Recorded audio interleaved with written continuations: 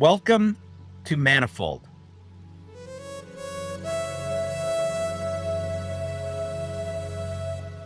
Today's guest is Richard Hanania. It's pretty hard for me to describe Richard to someone who doesn't know him, but what I might say is he's a guy who has a traditional academic background, but somehow escaped and has established himself as a well-known public intellectual already at a fairly young age, and I think it's fair to say with the help of the internet. Yeah. So, Richard, I think I became aware of you mainly through Twitter and podcasts, and various people referred to you, I think, as having very insightful takes or views on all kinds of things, a very large range of things, which I think the audience will come to understand, by the end of our discussion that you've got a very active mind and you're actually thinking about lots of different things. So what I'd like to do is I'd like to start with just a little bit of your personal history because, great minds like yours don't just materialize fully Yeah. formed on the earth. So somehow there's a development process, and I find it, and I think a lot of listeners find it really interesting to follow that or learn about that development process. So I'm just going to list some things from your personal history and then just let you riff on them. Go on as long as you want, or just comment a little bit on the aspects of your biography that I'm going to go through. Sure. So you went to law school at the University of Chicago.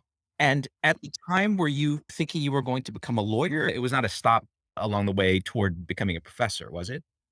No, not really. So I went to law school, for the same reason that a lot of people go to law school. I mean, I was sort of lost in an undergrad. I mean, I went to the University of Colorado. I grew up on the south side of Chicago. I just went to the University of Colorado, really sort of not thinking. I just had an idea that Colorado seemed like a cool place to be.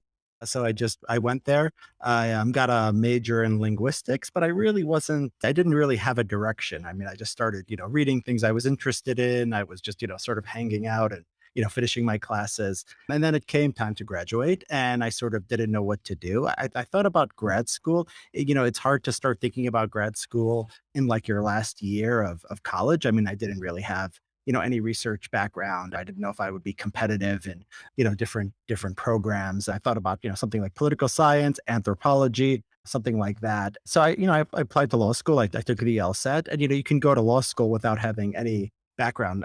Law school is basically just your GPA and your LSAT. So I could get into a really good law school, but I couldn't really get into an elite academic program, any kind of PhD program. And so, yeah, I decided I would be practical and, become a lawyer. About midway through law school, end of my first year, within my second year, I sort of decided that, the corporate life was not for me. I was just too interested in ideas. I just, spend my free time reading. I wasn't really the idea of going to a firm and working 60 hours a week, which is what a lot of people that go to a place like University of Chicago end up doing. It just had zero appeal to me. And so, the University of Chicago was a great experience because I'd come from a, very non-elite background. Most of the people I went to high school with didn't go to college. My parents are first generation. They came over from the Middle East. So I really didn't have anybody sort of directing me towards anything like an academic path. About midway through law school, I thought, okay, I want to be in the world of ideas. And so University of Chicago was actually a great and formative intellectual experience because it was the first time I was really around people who were as smart as me, to be frank. And, we had a program grounded in law and economics. I found that very interesting. I found it great to be around people who maybe they weren't as intellectually curious as I was, but they were more intellectually curious than what I'd been used to. And so that was a great experience. And then, second, third year, I'm looking at academia. I graduate from University of Chicago Law School, sort of sunk cost fallacy. I just finished. And then I go off to UCLA to get my PhD. And at what point did you decide on the specialization that you were going to have when you finally did your PhD? Decided on international relations. So that's a subfield of political science. I just loved reading history. I loved reading, about sort of the trajectory of history, why we've gotten to this place where war is much less common than before. I was interested in current events, and I wanted to understand it and study it at an academic level. So that pushed me towards international relations. What was it about UCLA that attracted you? It was like the best program that would take me, honestly. It was, between UCLA and a few other places, and UCLA was, a much nicer place to live, so I ended up going there. Yeah. And correct me if I'm wrong, you live in Southern California now, is that right? Yeah, exactly. Yeah. So I came out here and I settled out here with the COVID restrictions. It's been, really getting to me out here, but yeah, this is still home for now. Yep.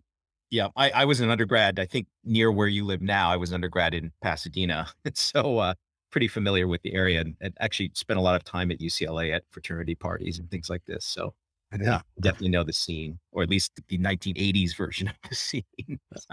Uh, So after UCLA, you were a postdoc at Columbia. And at that time, were you sort of solidly on the academic track, or did you already think that you might be leaving academia?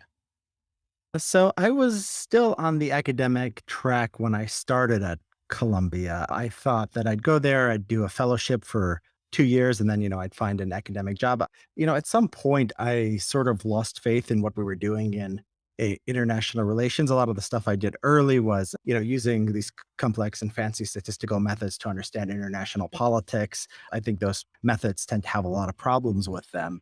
And the things that you could study sort of more, I think with more rigor, they were too narrow. And so the studies you could do, you can answer a very narrow question that really didn't matter for the world. And I had gotten into it because I was interested in broad questions about, history and sort of the nature of society and making sure we live in a world with less conflict. There's not a lot of people doing that, at least very early in their careers in academia. You would think that's one of the things you might have a chance to do in international relations. I don't think, people tend to do that. I also thought that the work that I was doing and the work I saw being done, I just thought it was too divorced from the real world. One of my interests has always been American politics. It's been international relations, and I want to take what I know and what I find out, and the tools that I have, and try to apply them to the real world. So, like about a year, into my fellowship, about a year and a half, I started just dipping my toes in the water. I made a Twitter account. I was still on the academic track, so very, very, very careful. And the things I said just basically promoted my work. And then over time, I was just drawn into more into the public space. So the first thing I thought was, okay, maybe I'll go work for a think tank, because that's something you might do if you have academic skills, but you don't necessarily want to be a professor. And so I started working with Defense Priorities, and I still have an affiliation with them. So I started, writing reports and op-eds and stuff for them. I would also talk, about American politics and sort of the culture war issues. And that stuff actually started getting a lot more attention than the foreign policy stuff. And people really thought I had something, unique to say on these issues. And so now I've, basically split my time between writing about American politics and also writing about geopolitical and foreign affairs. So this period that you're talking about where you're first getting on Twitter, is that something like 2018? Yeah, exactly. So 2018, more like 2019, but for a while there, I had like, no followers. I wasn't really anybody. I was just, on Twitter, just posting like links to my academic articles and just articles that I found interesting. And then really in 2020, I start getting more attention. I start a CSPI, the Center for the Study of Partisanship and Ideology, that launches in December 2020, right after the presidential election. And then my Substack, I really don't start. I might have started it in 2020, but it really doesn't take off. It doesn't really get any attention until about spring of 2021. So we're in, it hasn't been that long. This has been a very compressed schedule that I've been, anything like a public figure, but that's sort of the timeline. You're blowing up like crazy, man. So, Thank you. People say now that. you Yeah, I hope. mentioned, well, it's true. I mean, that the most puzzling thing for me is trying to figure out how I actually became aware of you, because at some point I became aware of you as somebody who says interesting and insightful things. And that's sort of how you got lodged in my brain. And I don't know how it actually happened. And then, of course, recently I've listened to a lot of your podcasts and read a bunch of your writing, which we'll come back to. But let me talk a little bit about CSPI. So that's the Center for the Study of Partisanship and Ideology. And it's a nonprofit 50c3, which you founded and you're the president of. Am I correct? Yes, that's right.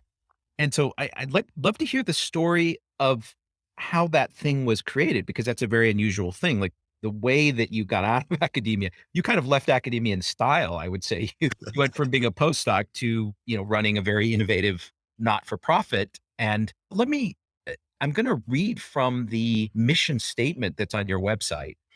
Now, before I do this, you could say if this is out of date or something and it sort of no longer characterizes what you guys are about, you can jump in and just give me the updated version. If not, I'm just going to read this because I think it really informs your worldview or what your worldview was when the statement was written. So, over the last few decades, scientific and technological progress have stagnated. So you're starting with very strong statements, right? Scientists conduct more research than ever before, but groundbreaking innovation is scarce. At the same time, identity politics and political polarization have reached new extremes, and social trends such as family stability and crime are worse than in previous decades, and in some cases moving in the wrong direction. What explains these trends and how can we reverse them? Question mark. Much of the blame lies with the institutions we rely on for administration, innovation, and leadership. Instead of forward looking governments, we have short sighted politicians and bloated bureaucracies. Instead of real experts with proven track records, we have so called experts who appeal to the authority of their credentials instead of political leaders willing to face facts and make tough trade offs. We have politicians who appeal to ignorance and defer responsibility. To fix our institutions, we need to rethink them from the ground up. That is why CSPI supports and funds research into the administrative systems, organizational structures, and political ideologies of modern governance. Only by understanding what makes these systems so often dysfunctional can we change them for the better.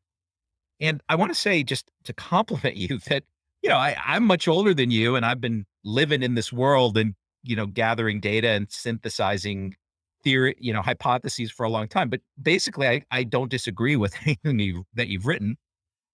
Another guy who knows even more about institutions and political functioning, a friend of mine named Dominic Cummings, I think he would agree with everything that you've written there as well. So I was struck by that. I think it's a very concise statement of a particular worldview. I don't want to say the doomer worldview, but it is kind of a decline of civilization worldview. Some of these issues, like dysfunction of these institutions or limitations of politicians, maybe these are timeless, but maybe say a little bit about how you came to these conclusions. Yeah, so when I started CSPI, the idea was we were going to take social science and we were just going to do it better with a focus on political science and political psychology, which is two areas that I've researched on that I've written about.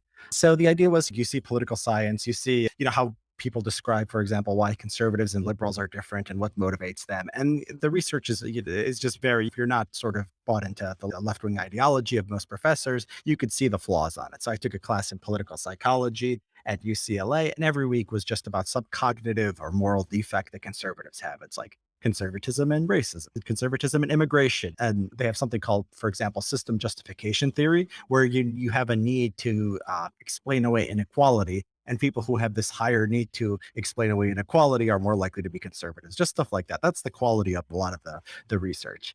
And so I started CSPI with people who I thought we were doing some good political science or doing more balance. Were giving us a more even and factual and nonpartisan view of the world. No science or field of research in the social sciences is completely free of ideology or partisanship. But I thought that, we need some balance. The way I put it was the intellectual and moral flaws of conservatism have been investigated to death. And, that doesn't mean that everything that people have found is untrue, but somebody should also be looking at what the other side is, what are some flaws or intellectual defects or moral inconsistencies that liberals have, and that both sides, conservatives and liberals and whoever else, however else you want to categorize people, whatever they share in common. And so that we still do a lot of work along those lines, but I came to believe over time. I was influenced by writings of Tyler Cohen, Patrick Collison, Peter Thiel about the decline of progress, and I thought that there was a bigger story here.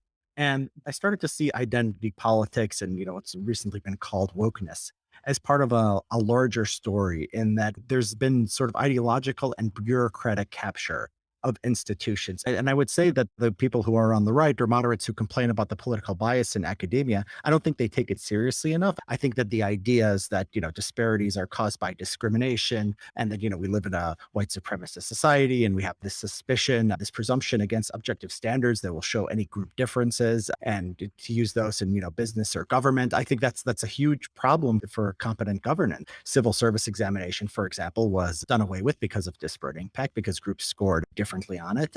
We can see with sort of the politically correct ideas about crime and the causes of crime, and I think were largely false narratives about biased policing. We could see what's happened to the murder rate in the last 2 years, just historic rises. So I think there's a broader story here. It's not just that, oh, conservatives are discriminating against. We have a biased view of politics. It's some people and some ideas are not getting a fair shake in academia. It's like these ideas are harmful and wrong, and they have a lot of real world consequences. That's something that I think that the sort of the backlash to wokeness, to identity politics, has missed. And I think that the progress studies people, they're doing a lot of interesting things, but at the same time, I think a lot of them try to position themselves as centrists that don't really grapple with the cultural issues and sort of the larger story here of what exactly is going on. So these two concerns, the sort of the culture war issues, the sort of what I'd call the war on merit, the war on objectivity, along with the decline of progress. I think these are related issues, and we deal with both of them at CSPI. Yeah, so yeah, that was a great summary there. I mean, so our listeners can already, I think, get a sense of the breadth of the topics that you're capable of engaging with. In this mission statement, though, I was kind of struck by the fact that it's true that a lot of the aspects of the viewpoint are maybe more often held by people on the right than on the left. But I think someone from the left looking at what the statement that I actually read would actually be completely sure that you were on the opposite side of the ideological spectrum. Because some of these assertions, like, okay, slow down in scientific and technological progress, there are plenty of people, sort of left of center economists, who might endorse that hypothesis. The idea that family stability and crime are worse than in previous decades, I think those are just quantitative measurements that people can make. The idea that politicians are enslaved by short-term incentives and bloated bureaucracies, I think so. A lot of these things are, I think, fairly neutral, and maybe they arose from partially from your reaction, to some very left-leaning material that you were taught in graduate school. But not all the claims really, I think, are right of center in nature. I don't know if you've listened to this podcast. I just came upon it by accident. There were two very left of center professors at Cal State Northridge. I think one is maybe a philosopher and the other one is maybe a political scientist. They spent an hour and a half, I think, seriously discussing just you, Richard Hanania's. I think they called it a conservative worldview, but probably not based on the stuff that's in the mission statement I read. But it was a very serious analysis of your worldview by two left of center academics. Have you heard that? Yeah, I did listen to that. And yeah, I mean, I think there's like a lot of different things I write about, and often somebody will sort of see a piece of it, but not see the other. So the foreign policy stuff and the American domestic policy stuff, they're often like in different worlds. So somebody will see me as just a conservative if they're reading the stuff on wokeness and identity politics and civil rights law and where it came from. And somebody who's only come across my foreign policy writing is not going to call me a conservative. So those people had found a very specific set of essays that they were analyzing. On the broader point on the progress studies, yes, I think it's consciously nonpartisan. And there's a new think tank in DC called the Institute for Progress that just opened up in the last week or so. Tyler Cohen is, sort of seen as sort of the intellectual godfather of the progress studies intellectual movement. And I think people might say he's sort of right leaning because he's pro market, and he's this economist who likes markets and is skeptical of government in a lot of ways. Nobody would consider him like a conventional Republican or a conventional right wing personality. So you're right. There is nothing necessarily sort of partisan or related to one side or the other on these issues. Now, I do have to say that to try to be, nonpartisan and not to come down on one side or the other in the culture war, it can have its advantages. But I think if you're trying to do that too hard, and I have no problem with people who are trying to have as broad appeal as possible, particularly if they're working in Washington and have to actually convince politicians on a day-to-day basis on stuff to do, which is not what CSPI is trying to do.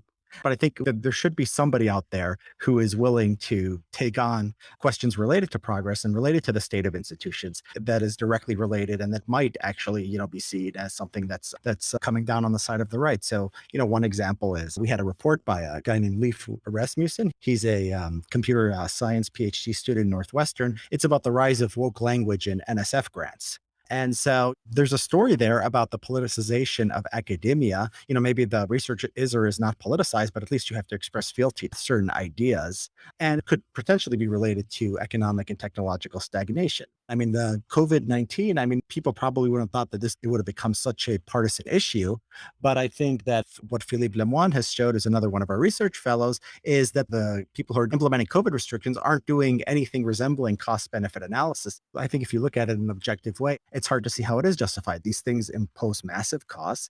And if they do help in, reducing the spread of COVID, it's not very obvious. It doesn't jump out from the data. So you are imposing massive costs on people and their ability to live their normal lives for at best an uncertain influence on the spread of COVID. And I think this is particularly true after vaccines became available.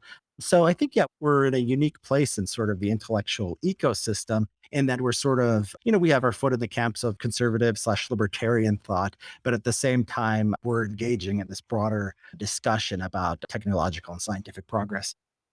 Yeah, I mean, I think if I excise from the set of things that you write about or talk about, just the woke kind of culture wars things, there are all kinds of areas like the rate of scientific progress or COVID that I think obviously people could engage from all sides without any particularly partisan rancor.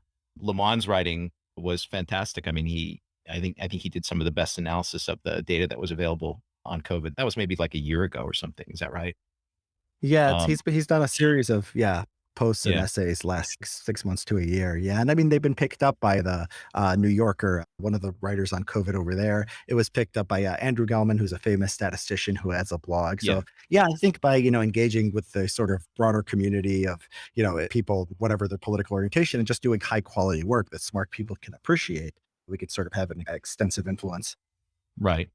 We could do a whole show talking about science and technology and the rate of progress and whether there really has been a slowdown. This is something I've discussed with Tyler in the past. To be 100% honest, I don't think it's easy to really understand this question unless you are yourself a scientist and technologist, because it could be simply that a lot of the low hanging fruit was picked in an earlier period, and it's nobody's fault, and maybe not even the fault of our institutions, that progress seems to have slowed down.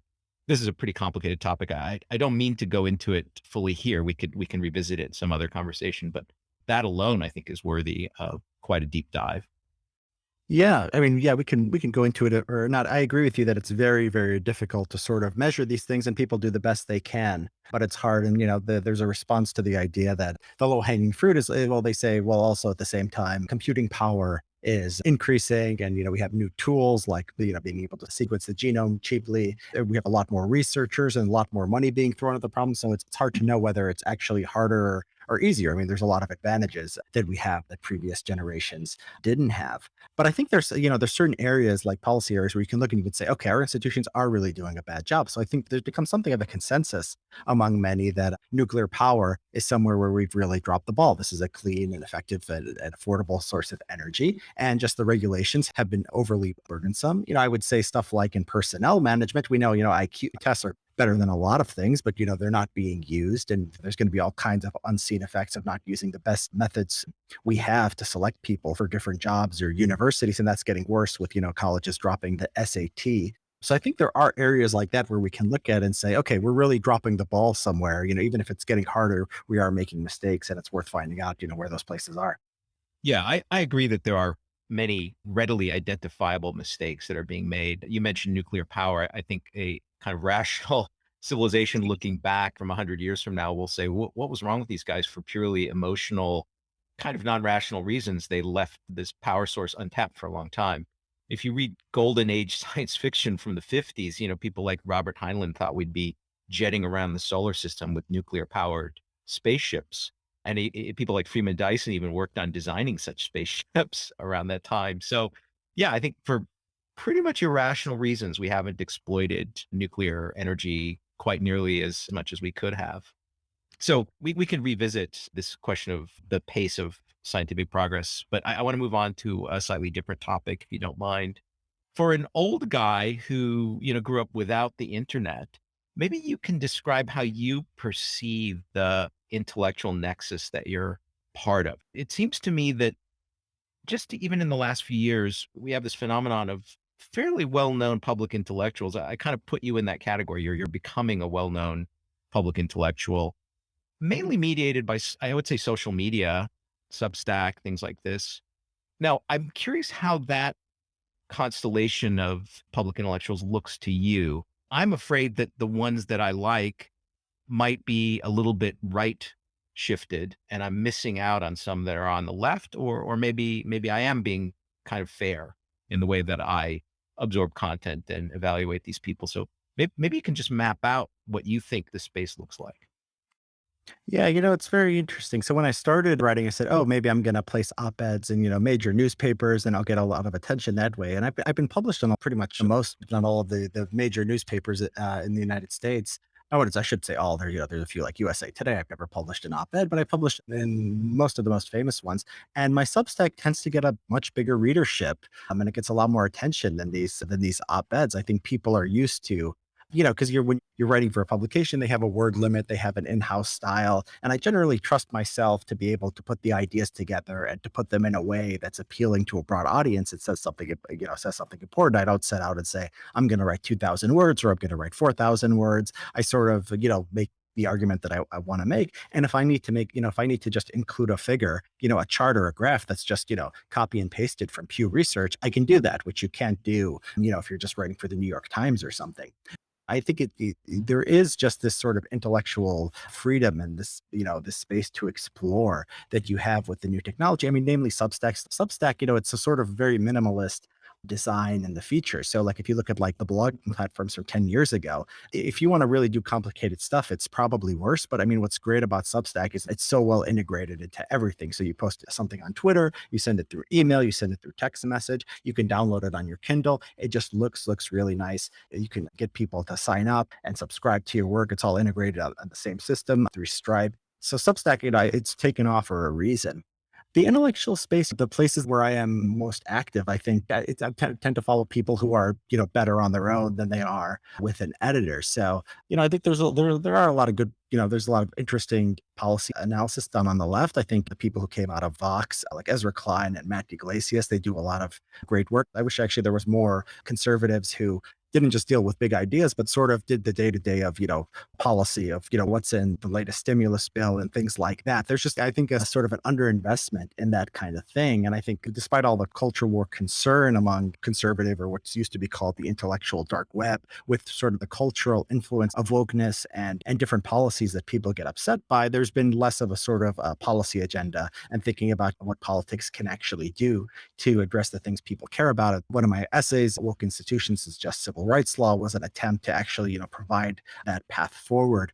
So yeah, there's a lot of interesting work being done. I think that I'm filling a niche and that I'm thinking about sort of I care about the cultural issues a lot, but I'm thinking about them in a broader perspective. I'm thinking about, politically what is actually feasible, what can politics and policy accomplish. But it's really, I mean, it's great. There's just a lot of independent voices out there on foreign policy stuff. I mean, basically the right wing papers and the left wing papers, they pretty much sound the same. But you have to go to Substack to see people now like Brendan Greenwald, who are just like, more strenuous critics of American foreign policy. People like myself, people like that with those views can break out in the op-ed pages sometimes, but they're drowned out by the sort of establishment foreign policy views that, that still dominate today. So yeah, intellectually, I think it's an interesting time. And I hope where I hope it goes is towards actually more practicality, more trying to influence the world and doesn't turn into, something of a debate club, which I think certain circles, it's a trap that they fall into.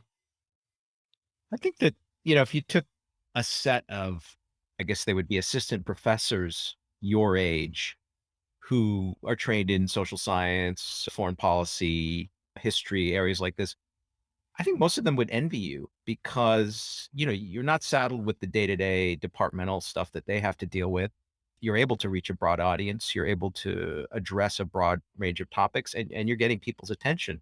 So you're kind of in a very enviable position. What do the economics of it look like for you? So you're not drawing an assistant professor salary, right? So somehow are you sustaining yourself through your Substack or through CSPI? Yeah, well, through CSPI, I get grants from CSPI. The Substack, it's not feasible because I get some subscriptions, but I do not paywall anything as of now. I was talking to somebody recently who had twice my free subscribers and twice my Twitter followers. So he's somebody about, twice as famous as I am, but he had something like 8 to 10 times more paid subscribers just because he paywall stuff and I don't. So it's really not feasible if you don't paywall your material, although people will, people who are really big fans of yours will contribute. So yeah, it's basically CSPI. Until recently, I was doing a lot of work for defense priorities. So I took a think tank salary from there. So yeah, I mean, it's part of the independent path is you have to sort of find your own funding. Was it difficult to raise the initial money for CSPI? Were they sort of wealthy donors that you already knew, or how did that work? Yeah, exactly. I mean, we've been lucky to have a few big donors. These are people that I knew, when I started to sort of dip my toes into the public space. And then, I was encouraged by a few of them to go ahead and do this. We were beating around these ideas for a while. And they said, go do it. I think there'll be a market for it. And, as we've got out there, we found other donors and we've gotten a lot of attention. Yeah, it was not as hard as I would have thought. It's probably easier actually than getting an academic job at this point. That's great. Where do you see yourself in, say, 5 or 10 years? Yeah, I mean, it's a good question. If you told me 5 years ago or 10 years ago that this is what I'd be doing, I would have been pretty surprised. Yeah, I don't know. I think at least for the next year or two, I'm going to write more on the topics I care about, a lot about American foreign policy, a lot about the practical consequences of wokeness and what can be done about it. And also just bringing on, smart people to CSPI to do important work. When we get out there, the success builds on itself. So it's like sort of sending up a bat signal. Anybody who's in academia who, wants to do work that they think is interesting and that's going to appeal to a large audience and maybe they can't necessarily do in academia or they'll do it in academia and nobody will pay attention to it. I mean, those people are finding us. So it's great. There's a lot of opportunities out there. Well, I think it's an all-star team when I look at the page of the various affiliates of CSPI, like Philip Lemoine, I think is Zach Goldberg, one of them as well. It's people who've made really important observations. What I actually want to turn to is the Great Awakening, which I think is based on Zach Goldberg's PhD research, but I think I may have learned about it first from you. Yes, term Great Awakening was coined by Matt Yglesias, who wrote about what Zach had done for Vox. And so Zach, I think, was the discoverer of the idea that Yglesias sort of, coined the term that took off. Right. So I might be a little out of sync, and maybe some listeners are already very familiar with this topic, maybe through Matt Iglesias. But for me, let me explain to you why I still find it interesting. To me, this awakening happened. I'm in academia. I've been in academia, my whole life. I was quite familiar with the furthest left, radical left kind of views on all kinds of social issues. I was aware that they were slowly conditioning an entire generation of college students. At many universities now, all kinds of ethnic studies courses and things like this are required of all the students on the campus to take. So these sort of far left academics now are in a very good position to indoctrinate entire generations of kids. But the whole thing kind of snuck up on me. I mean, here I am actually an administrator at a big, Big Ten university, and I had no idea how far to the left things had drifted while I wasn't paying attention. And it's still kind of a mystery to me how this happened. And I think one of Zach's hypotheses, for which there's empirical data, is that it was actually a top-down phenomenon. So if you look at the usage of certain terminology, it was first in the New York Times and then propagated down.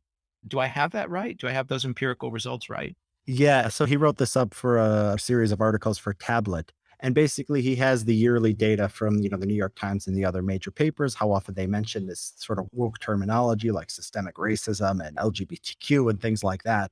And then you have public opinion among white Democrats, and you could see sort of the sequential nature of what's going on. So, yeah, the changing in the New York Times language precedes the shift in public opinion. And he's got other data in his dissertation that basically is similar. The correlation between how much the New York Times talks about racism and the views of white Democrats on how big a problem they perceive racism to be is extremely, extremely strong over time. So yeah, that makes sense. The top down sort of understanding of this.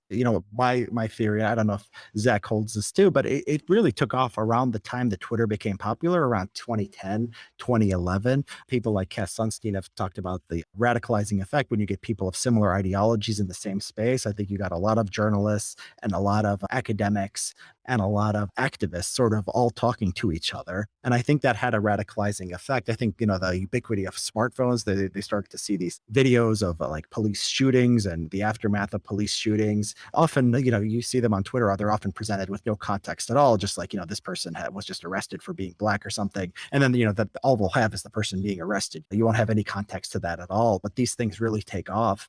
And then we saw the same thing with the alt right, I think, was sort of also part of the same process where you had this radicalization on the right. But around 2015, 2016, internet censorship came down on it. And a lot of those people got kicked off the internet, basically. That didn't really happen until really the rise of Trump. I think a sort of a simple explanation, if I had to design one, it's basically social media and internet technology radicalized the elites, and then the elites started sending messages that got picked up by the general public. The portion of the public that listens to them, of course, a portion of the public, hates the media and will do the opposite of what they say. But for the people who listen to them, I think that that's pretty much the process. Yeah, I think that comports with my impression. However, the role of academia in sort of preparing the battle space, maybe a decade or two before the events that you just described, I think is quite important. So whole generations of kids went through programs where they were taught a particular worldview that Yeah. became, very firmly established, so that, all young staffers at the New York Times and maybe even at Nike and things like this had certain beliefs that I think that I could be wrong about this, but it seems like maybe they learned in college. And so then, the situation was ripe for this impact from social media, and then maybe some downward pushing of ideas, from the elite sources like the New York Times. So, one of our researchers, Eric Kaufman, has also done research that relates to this question too. And what he finds, and he relies on other research that's found this too, is that it doesn't seem that people's political views change all that much during college. So, if you look at like, the political views of freshmen versus seniors, there doesn't seem to be a lot of movement there. So, I don't know if college is necessarily brainwashing people. When I taught undergrads, it seemed like for most of them, it went in one ear, out the other, whatever I was saying. But it seemed like there were a few who came to college and did become really into sort of the campus culture and started to, speak the language of the professor. So, maybe it's like a small minority that's particularly prone to being radicalized in this environment that went out in the world and had the outside as influence. I should amend what I said. So I did not mean to imply that the vast bulk of college students are really getting successfully indoctrinated. It's the ones who are eventually going to be the activists, the most radical, the most a category a friend of mine calls the berserkers, the ones who are really going to, you know, lead the charge when they're trying to affect some change Yeah. or attack someone. Did you ever watch the Yale Halloween costume video where they're all yelling at Nicholas Christakis? Yes, absolutely. Yes.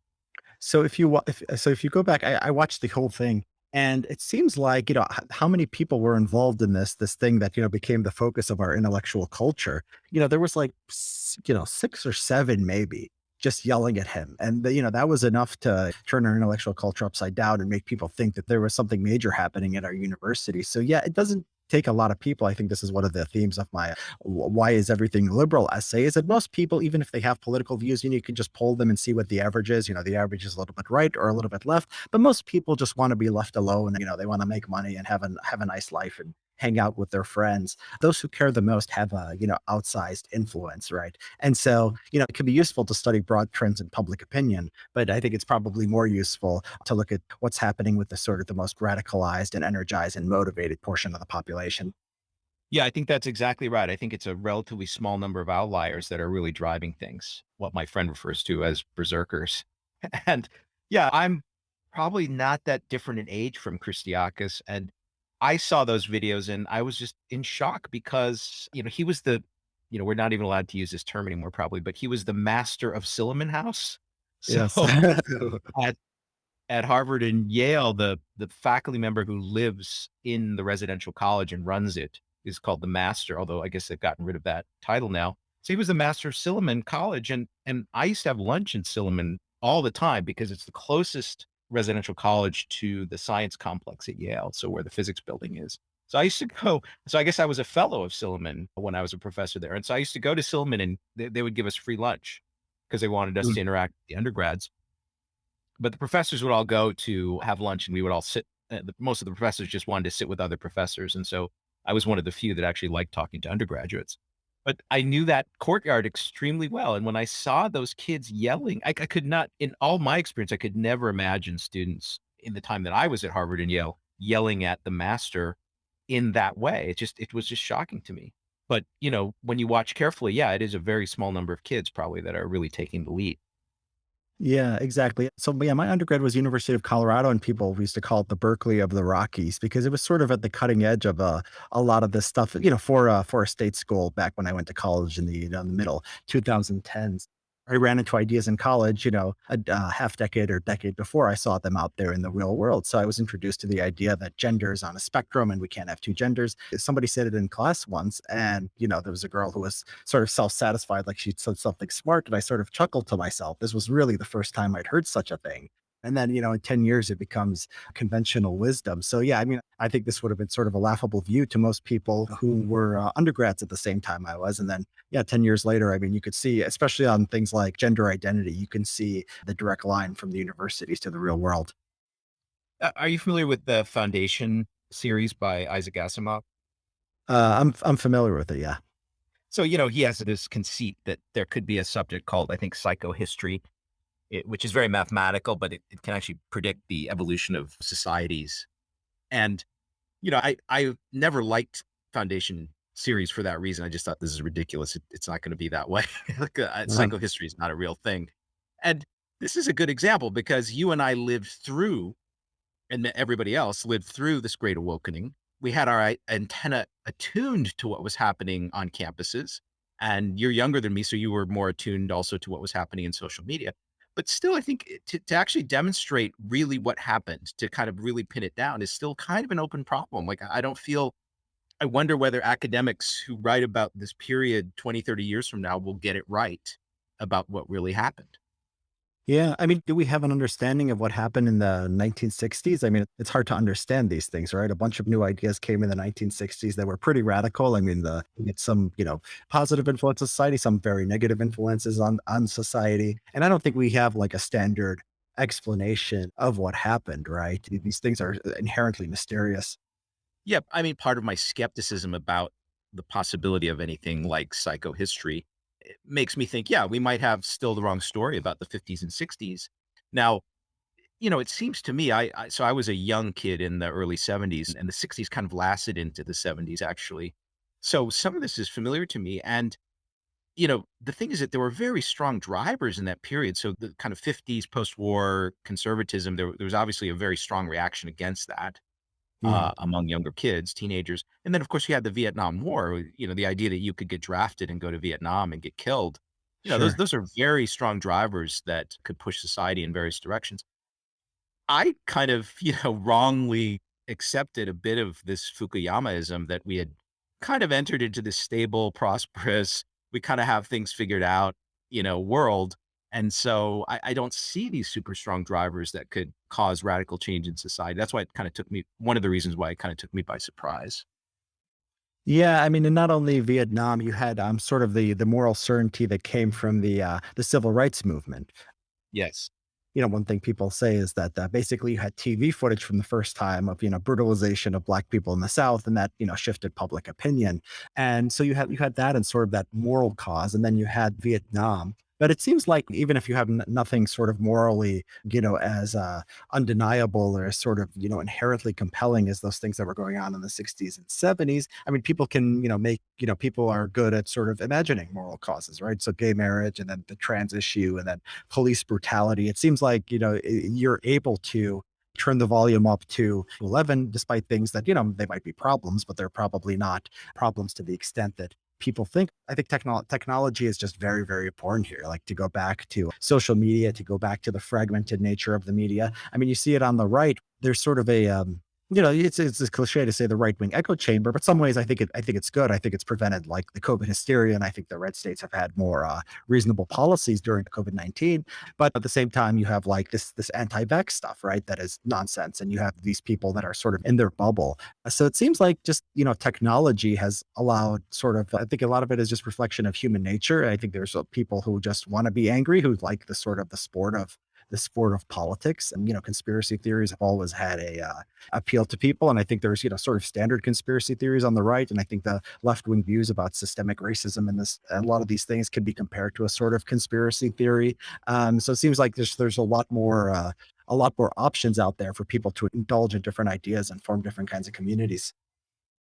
It seems to me, if we did, I try to identify the big drivers, in the '60s, civil rights movement, Vietnam War, and maybe a kind of reaction against the conservatism of the '50s. So those were strong drivers. I think I agree with you that the one really strong driver that you can identify for these recent social upheavals is really the smartphone and social media. I mean, people, my kids spend all their time, looking at their phones. And so, or everybody does now, I guess, nowadays. And so, yeah, that's probably the main enabling factor that caused all these things to happen just in the last 5, 10 years. I mean, I'm glad I'm just old enough to remember, the completely pre-internet days of politics. And, so the 1990s is what I, remember. I don't, I'm not old enough to remember the 1980s, but in the 1990s, if you said, what is politics, or like, how did the average person think about politics? It was, boring white man in a suit on one side, boring white man in a suit on the other side, talking about the budget. One says balanced budget and one says invest more in education and healthcare. And nobody was really excited about that. And there's sort of this was the idea in the 1996 and 2000 elections that it really doesn't matter who wins. They're all just sort of nameless faces, that are basically going to do the same thing. And I think if you were somebody who was interested in politics, you couldn't get it in sort of a infotainment format, right? You'd have to like Exactly. read the New York Times or watch CNN. And this is CNN, like the same CNN in 1990s before it became sort of more tabloidy. And that was just boring, I think, to most people. And then you have, right wing talk radio, I think really pioneered sort of the infotainment business. Then you have Fox News coming, I think, in the late 1990s. And then you have these things on the left too. It seems like, the fragmentation of the media landscape. It seems like these things are really important. So I'm conscious of the time. We've been on probably an hour now. And the next topic I was going to go into is your book.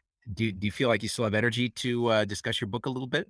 Oh, sure. Absolutely. I think I can go, I think I can go quite a bit longer. So sure. Oh, great. Okay, so your new book is entitled Public Choice Theory and the Illusion of Grand Strategy: How Generals, Weapons Manufacturers, and Foreign Governments Shape American Foreign Policy.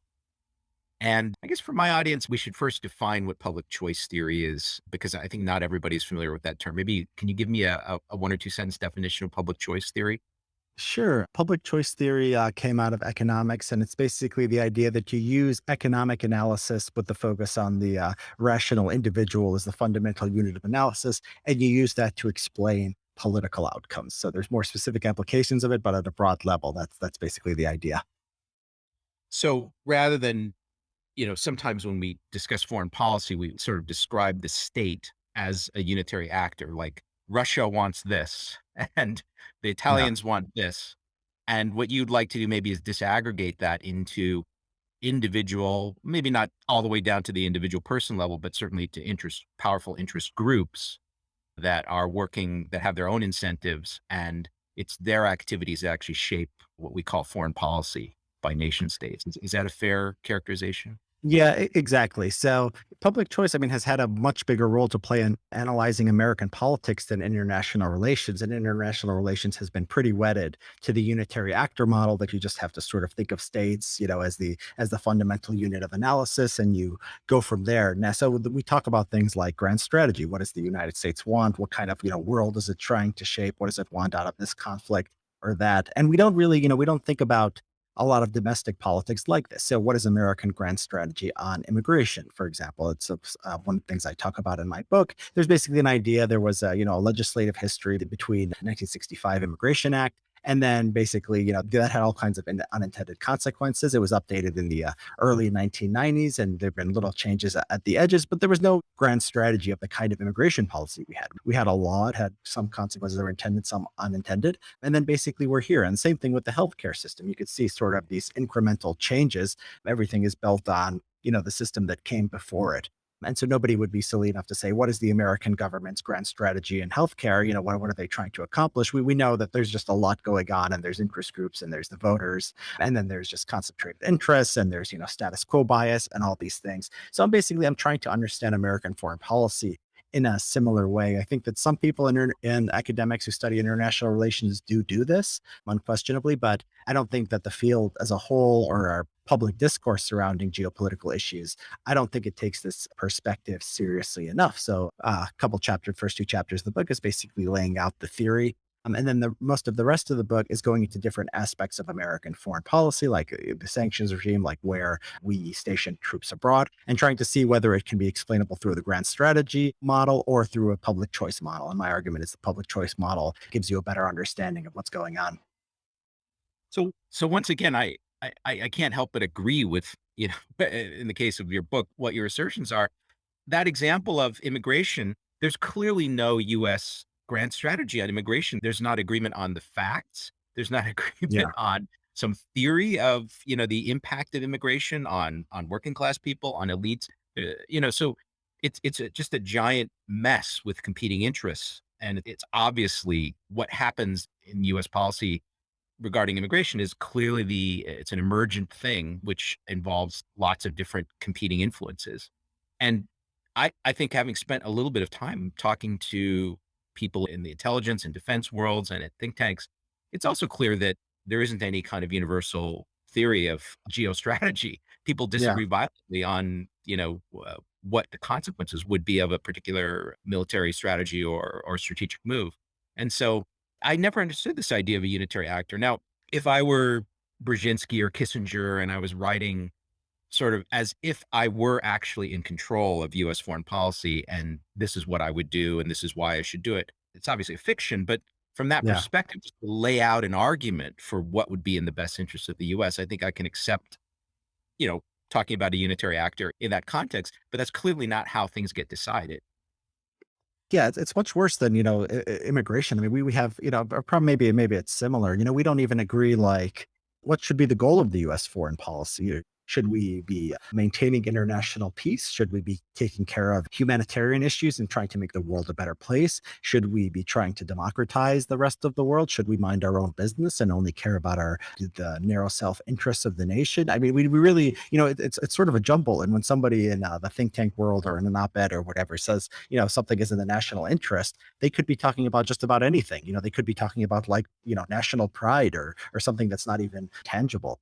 I think that a lot of the foreign policy elites, they're good at post hoc justifications of why, we have to be doing what we're doing. But, you notice that there's such a high correlation between what we're doing now and what we're doing in the past, that it doesn't seem like there's a consistent theme here, because circumstances change and we keep doing the same thing. So one of the figures in the book shows the American troop presence abroad in 1950 and the American troop presence abroad in 2019. And they're basically in the same places. The places hosting the most troops are basically Italy, Germany, Japan, and South Korea, right? So the Axis powers, and then the Korean War, right? Yep. And what are the odds that the grand strategy in 1950 called for American presence in the exact same places you had in 2019? You look at this with the Afghanistan war, where we go there to, fight Al Qaeda and prevent another 9/11 and bring the people who planned the 9/11 attacks to justice. And then, as we go on, it becomes about building democracy and women's rights. And people bring up, showing resolve because China and Russia are watching. And if the US leaves, those countries are going to start doing bad things. And, they're just very, very good at sort of ad hoc, changing the story about what we're doing at any particular time. I think foreign policy, is sort of unique in sort of the extent to which we have this need for coherence to tell ourselves a story about how it all makes sense. And you could see why people who are foreign policy elites and presidents, would have an incentive to play along. They want to portray themselves as shaping world events, not necessarily just reacting to interest groups and this acting in accordance with the status quo bias and following public opinion or intellectual fads. But I think if you think about it carefully and you really analyze what's going on, I think it's very hard to get there that that's actually what's going on. So is the thesis of your book considered radical or heterodox? Are you anticipating that lots of academic IR people are going to attack you or consider your book unrealistic? Um, I don't know. I don't know if like, how much they're gonna actually, notice it. I think it's gotten a lot of attention outside of the field, but I'm not in academia anymore, so I'm not really in those circles. So a lot of them might notice it or they might not. If they did notice it, some of course have. It's not like nobody has seen it. I think they're open to this critique because I really take seriously sort of the intellectual history of international relations and sort of what the basis of the unitary actor model is supposed to be. I know this literature well, and I can say, exactly what's wrong with it. Sometimes it's hard within international relations. Like, there's people who call themselves realists, people who are, opposed to neoconservatism. They're opposed to sort of ideology or idealism playing a large role in international affairs. And those people, although from a positive perspective, they're committed to the unitary actor model to understanding foreign policy. At the same time, like when they're making normative suggestions, they're always criticizing American foreign policy for, giving into this interest or that interest or acting, in a stupid way. So it's sort of interesting that there's a lot of people who share my critiques of foreign policy, but I would argue that they don't go far enough in seeing how the critiques that I make and the critiques sometimes that they share sort of really undercut their theory about the way the world works. Yeah, I imagine though people who have some experience in DC who see how the sausage is actually made would find your characterization of how these decisions come to be much more plausible, right? I mean, very realistic.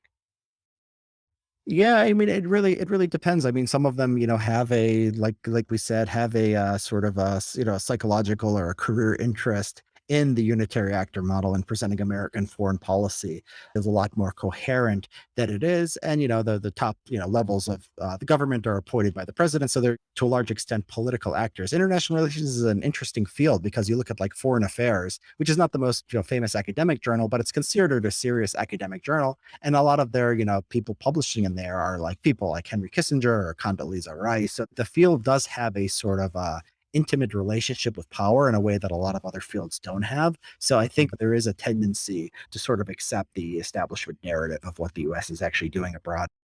But I think anybody who's like known some generals and watched what they do after they retire and how, you know, uh, budget decisions are made about big ticket weapon systems and things like that. They have to acknowledge that special interests really, it's a little bit like this woke discussion we were having earlier, where most people are not following it very carefully. They don't have a big dog in the fight or anything, but there's some special interest group, Raytheon or whatever, that really cares about how a particular decision goes.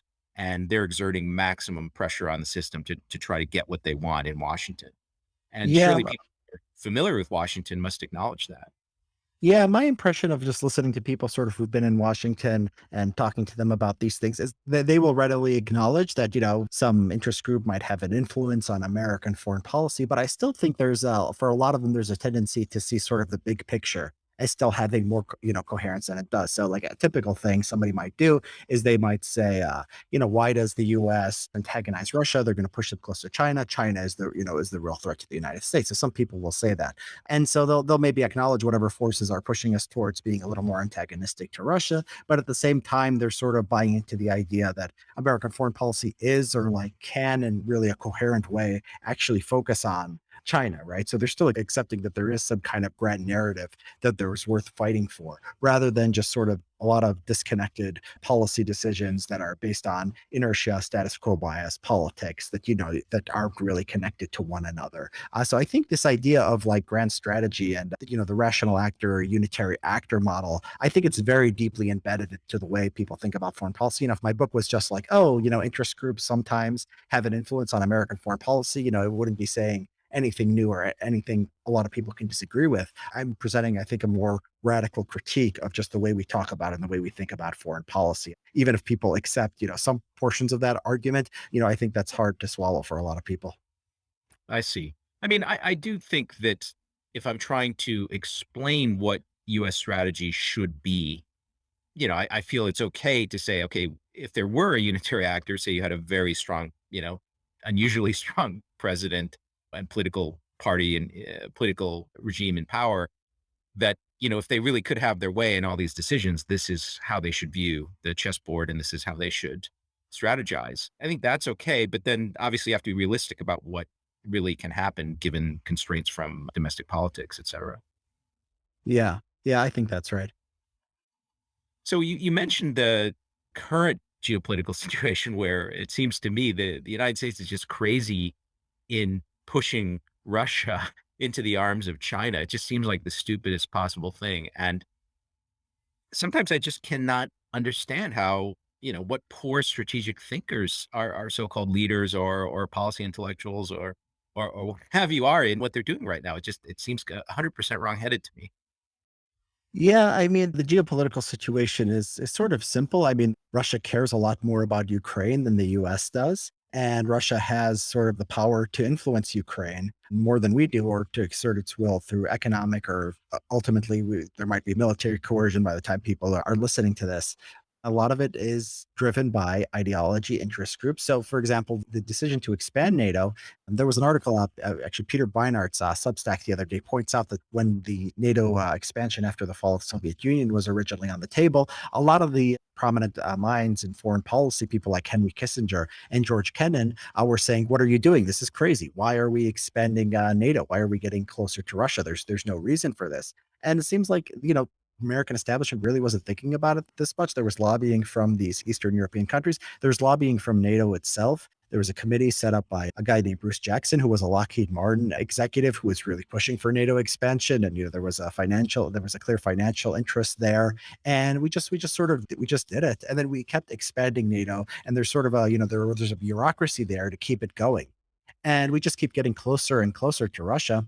And finally, we reach, you're about as far east as you can go without getting to Ukraine, which is, what Russians consider, central to their self-conception of a nation. It's having some kind of relationship with Ukraine, not letting it fall into the Western orbit.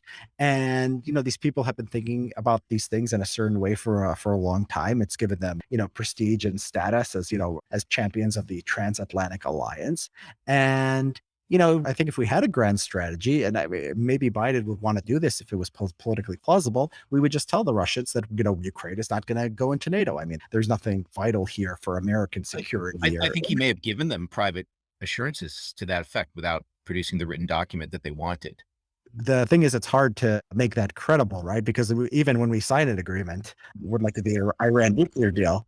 I mean, one of the problems with Iran now is basically Republican senators like Tom Cotton and Ted Cruz. They're saying that any Republican in office is going to tear it up, and they're probably Yep. right. So that's Yep. even if you get a signing. So I wouldn't trust a private assurance. So, if I was the Russians at this point. But this is one of the problems of grand strategy. It's like there's a political winds change, administration change, and the president actually has a lot of power, but that stops there from being really coherence across administration. So I think Biden actually might, if it was just up to him, he's shown some skepticism of sort of the more hawkish views in the foreign policy establishment. He showed skepticism over Libya. He pulled out of Afghanistan. He was skeptical of Afghanistan even a decade ago when he was in the Obama administration. So you could imagine him, giving up on the idea that Ukraine will eventually be integrated into NATO and the EU. But I don't think he could do that even if he wanted to. So it looks like, that we're in a pretty bad position.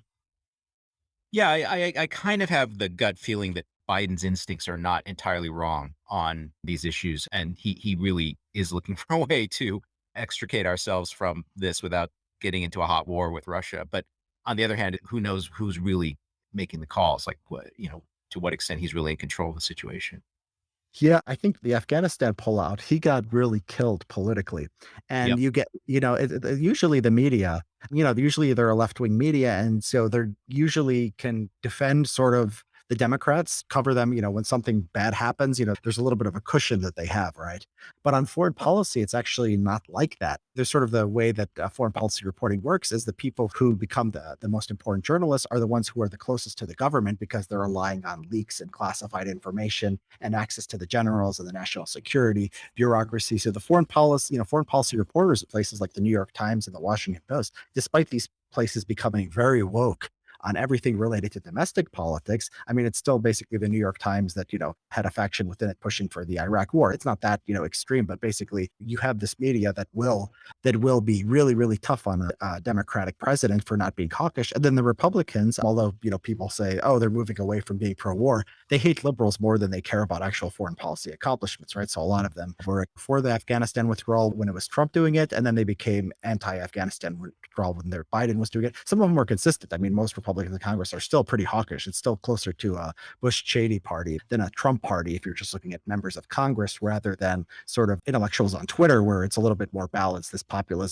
new populism has more of a presence. Any kind of, accommodation with Russia, I think he thinks he's going to get killed on. And there's really not many options there. We're not going to go to war with Ukraine. One of the things they've been talking about in the recent days is sending more troops to places like Poland and Romania. Like, okay, like that's not going to change what's happening in Ukraine. It makes you look tough, right? That you're like confronting the Russians. They'll probably put sanctions on, which generally don't work and don't do anything, but they could bring some suffering to the Russian people, to the Russian economy. So there's really not a lot of good options here. If you look at sort of Biden's political incentives, they don't really line up with what would be a rational settlement to the issue, which is just, acknowledging that Russians care more about Ukraine and are more willing to go far to influence policy there. Well, we simply are not. I really don't think the Russians want to get involved in a military confrontation in Ukraine. I think Putin is really most worried about the U.S. putting missiles there. And, I think it's very similar in a way to the Cuban Missile Crisis. So I think to me, their next move may be to place some missile assets closer to the United States, to the continental United States, just to reinforce to us that, this is how it feels when, your potential enemy, your adversary starts placing missiles within just a few minutes of key targets in your Yeah. country. Yeah, and this gets to like sort of the hypocrisy around the whole discourse. They say, well, we can't rule out NATO membership because Ukraine is a independent nation, so it can make its own decisions. I mean, how did that work out during the Cuban Missile Crisis, right? How does that work out when Russia or China, starts doing things with Venezuela? Even like economic relationships between China and Venezuela are treated by the United States as some kind of threat to the United States, much less a military alliance or placing missiles. So yeah, I mean, these arguments that the foreign policy hawks make don't sound, credible when you just imagine if the situation was reversed, they would make a completely different argument, but, they still stick with them despite, despite these very obvious critiques you can make. Yeah, I don't think they ever demand this kind of internal consistency or symmetry, or they they ignore the golden rule. Like they never try to understand what it looks like from Putin's point of view. That's just beyond their ken, I think.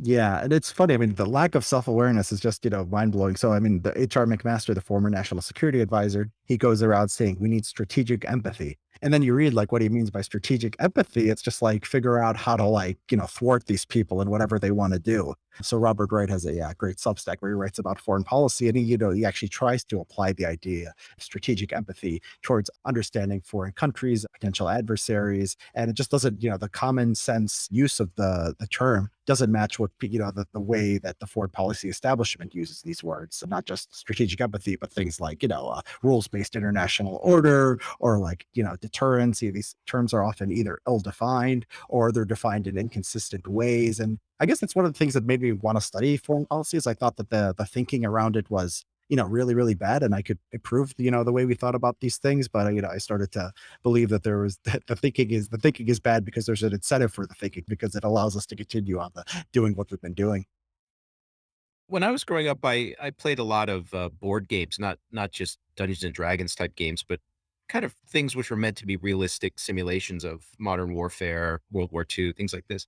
And anybody who's played those games, typically you don't just play one side; you played all the sides, and so it's very easy for you to understand. Like, okay, if I push this close into the Ukraine, the Russians are going to have to respond this way, right? And it's just amazing to me that people who pass themselves off as foreign policy specialists or even military strategists, I think don't have even that level of understanding that a kid who just happened to have spent a few years playing these games would have about the actual situation. Yeah, I mean, I think at the heart of it, I think there is a sense of They don't want to say this out loud, but there is a sense of moral superiority. It's the idea that Russia is a dictatorship. They don't protect human rights. We are a democratic nation, so we get to play by different rules compared to these countries that don't have Yeah, legitimacy. Now, that is absolutely it's absolutely the case that they are operating from that yeah, sense of moral superiority, and they'll often, like, when I'm debating people like this, they'll say, "Don't try to suggest that there's any false equivalence between us and them." They really do feel this way, but then my next question to them is, can we just descriptively at least then just, I'm not suggesting there's moral equivalence, but just put yourselves in their shoes. How would you react if you were Putin and you saw this happening? What would you do? yeah, And, exactly. even that exercise, I think, is pretty hard for them. Yeah, exactly. I mean, I would push back on, the idea don't make this moral equivalency between the US and its adversaries. I mean, neither Russia or China has done anything abroad that compares in the destructiveness to the Iraq war, right? So if you want to say, oh, don't make moral equivalency, I mean, you have to sort of answer for the humanitarian consequences of American wars and also American sanctions. I mean, you Well, do the you meant Calian. well. Yes, right. They meant, yeah, they do it because they're, evil and sitting in a lair, rubbing their hands together. And we just, make these honest mistakes, right? But even if you don't demand the moral equivalency, you just say, yes, America is good, they're evil, but at least maybe you could acknowledge they're somewhat rational. So then how are they going to react when you do X? And Yeah, I I think think that's it's what CNN and lots of these people were saying when we were expanding NATO to the further to the east, that they could just see that eventually you get a nonlinear response and where the cost benefit is just completely wrong. Like, what are we getting out of this to have to deal with that nonlinear response? yeah, I think that when you grant that like a side is evil or you start with the premise, I think that kind of sort of rational analysis becomes very, very hard. So, we see this, I think, in a lot of wokeness in the morally charged places in domestic politics. Like if you want to have a rational discussion, okay, like a liberal has something like, anti-discrimination laws. And you just want to have, a rational discussion, like what kind of incentives does this create? What are the effects or something like, affirmative action. Once you sort of acknowledge that, racism is like the ultimate evil. And so anybody who commits racism, like you don't think about their incentives or like what they might do, right? You just have to sort of force them to do what you want. So I think that this is actually, if you want a hawkish foreign policy, this is a smart strategy. I remember the run up to the Iraq war. There's just a lot, tons and tons of stuff about Saddam Hussein and human rights violations and all the poor people he oppressed. And in that climate, it's just really, really hard to say, okay, does this war, make any sense? Because you are always like so close to being, sympathetic with Saddam Hussein. It's like trying to defend, Nazis who want to speak and someone's shutting down their speech. It's just very hard because these people are seen as so evil that you can't make a principled free speech argument or talk about their incentives or interests or anything like that. So I think this is actually, if you want to, understand what's going on in like the foreign policy discourse and why it's pathological, I think this idea of just the other side being evil is just a real hindrance to understanding. Well, I agree that that kind of moralism is, as Frank Herbert would say, the mind killer, right? Like that definitely kills your ability to reason rationally about this. The earlier stuff like Iraq war, like sort of luxury wars that we could either choose to have or not have, that was an era of American supremacy. But here we could lose. We could Russia has more nukes than we do. And so I just think these people have they're completely bonkers. They cannot even conceive of how ugly this kind of military confrontation could get, either with Russia or with China. I think they just do not get it. Yeah, these are tail end risks, and you're right. I mean, Russia, I mean, has the ground forces to fight a war in Eastern Europe. We have some troops there, but not really. But they also have, I think people have not updated their view of how modern war actually works. Like they think we could get air superiority, but what's actually going to happen is that they're going to knock out all our bases in Europe with missiles right away. And it's going to be extremely ugly. Yeah, and then you think, I mean, you're not even bringing in, nuclear weapons, and it's a really ugly situation. And you do have these tail end risks that you have to take seriously, and we're not taking it seriously, unfortunately. I think that there's a desire to see what these people are doing in foreign policy. They're serious and they take the gravity of the situation, they give it its due. And, we just don't see that. I mean, if you look back in my book, I talk about the decision to go into Iraq and Afghanistan and the sort of the strategy that we took there. What was the plan to basically occupy those countries indefinitely. And It's shocking. If, people are interested, go read the part on Iraq in particular, but also the part in Afghanistan, just how cavalier, Bush and those around him were about making these decisions. They just, they decided to invade Iraq. A month after the invasion of Iraq, they still didn't know whether they would hand it over to the exiles or they would basically undertake a long and extensive occupation. They chose the latter, but really it was done with very little discussion, very little thought. And, they just made the decision and moved on. It's sad to think that that's probably what's going on here too with Russia and Ukraine. Yeah. Of course, there the issue, the thing that they were playing cavalierly with were the lives and futures of Iraqis, right?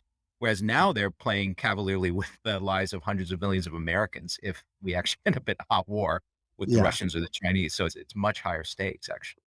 So that's what scares me is that there doesn't seem to be, at least say what you want about the Cold War, but it was actually conducted with a certain amount of analytical professionalism where people were very keenly aware of the stakes. And I think this is maybe is a little bit of physicist chauvinism on my part, but a lot of the people who had input into policy during the Cold War were the physicists who had actually built the bombs. And they, I think, were much, much more realistic, for example, than the current crowd that runs US foreign policy. Yeah, it's another one of my themes that I write about, sort of the proliferation of expertise. And you have people who will, have narrower and narrower expertise and not very broad knowledge or understanding of the world. Yeah, it's a problem more generally. And I think we're really seeing it in foreign policy as much as anywhere else. Yep.